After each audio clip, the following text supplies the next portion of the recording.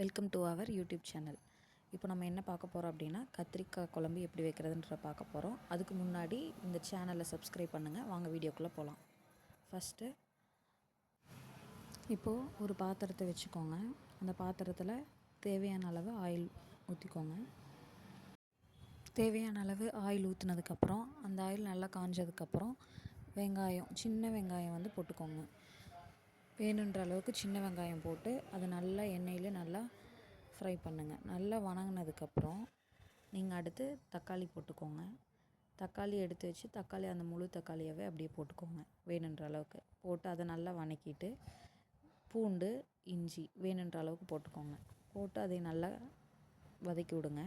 வதக்கிட்டு தேங்காய் கொஞ்சம் எடுத்து வச்சுக்கோங்க. அந்த தேங்காயை போட்டு அது நல்லா வதக்குனதுக்கப்புறம் வரமிளகா வேணுன்ற அளவுக்கு எவ்வளோ வேணுமோ உங்கள் காரத்துக்கு தகுந்த மாதிரி வரமிளகா போட்டு நல்லா வதக்கி விட்டுக்கோங்க. அது நல்லா ஃபுல்லாக மசாலாலாம் நல்லா அது வதங்கினோடனே கொஞ்சமாக மஞ்சத்தூள் போட்டுக்கோங்க. அந்த மஞ்சத்தூள் போட்டு நல்லா கலர்னிங்கன்னா ஒரு கலர் அப்படியே மாறும், எல்லோ கலர் மாதிரி.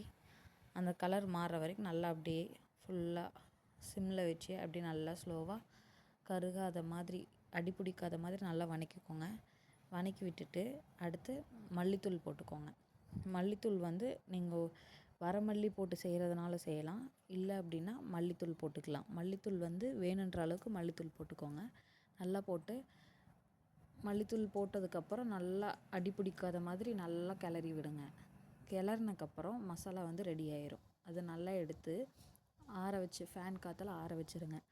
ஆற வச்சதுக்கப்புறம் அந்த மசாலாவை போயிட்டு நல்லா தண்ணி ஊற்றாமல் நல்லா கிரைண்ட் பேஸ்ட்டாக அரைச்சி எடுத்து கொண்டு வந்துடணும். அந்த மசாலா எடுத்துகிட்டு வந்துடணும்.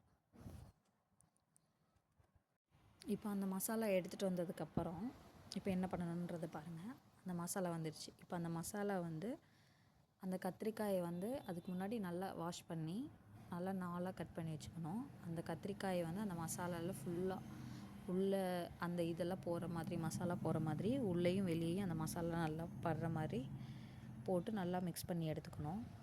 அந்த மாதிரி நல்லா மிக்ஸ் பண்ணி எல்லா கத்திரிக்காய் எத்தனை கத்திரிக்காய் வச்சுருக்கோமோ எல்லா கத்திரிக்காயுமே நல்லா வாஷ் பண்ணி இந்த மாதிரி நாலாக கட் பண்ணி அந்த மசாலாவில் போட்டு எடுத்துடணும். அந்த மசாலாவில் போட்டு எடுத்து தனியாக ஒரு பிளேட்டில் வச்சுக்கோங்க.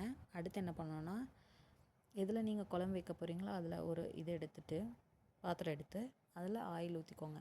ஆயில் கொஞ்சம் சேர்த்தியே ஊற்றிக்கோங்க. அதில் வெந்தயமும் கடுகும் போட்டுக்கோங்க.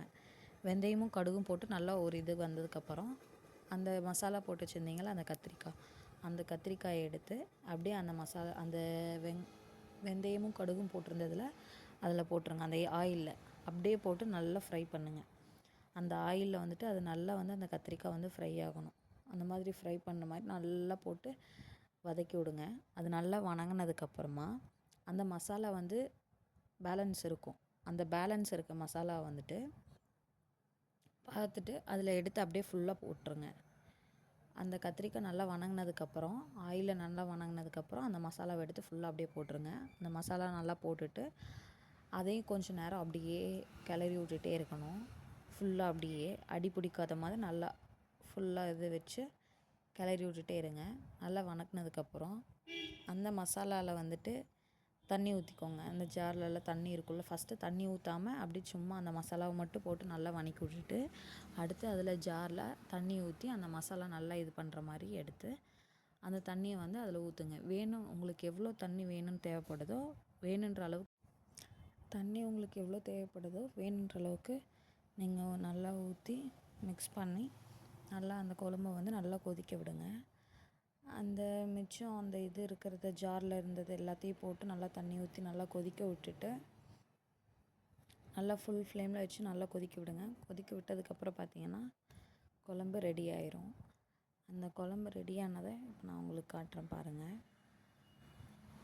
அவ்வளோதாங்க, குழம்பு ரெடி ஆகிடுச்சு. இதை நீங்களும் வீட்டில் ட்ரை பண்ணி பாருங்கள் எவ்வளோ சூப்பராக இருக்குன்னு. பார்க்குறக்கே அவ்வளோ ஆசையாக இருக்குது. இந்த வீடியோ பிடிச்சிருந்தால் லைக் பண்ணுங்கள், ஷேர் பண்ணுங்கள், கமெண்ட் பண்ணுங்கள். நெக்ஸ்ட் வீடியோவில் பார்க்கலாம். பாய்.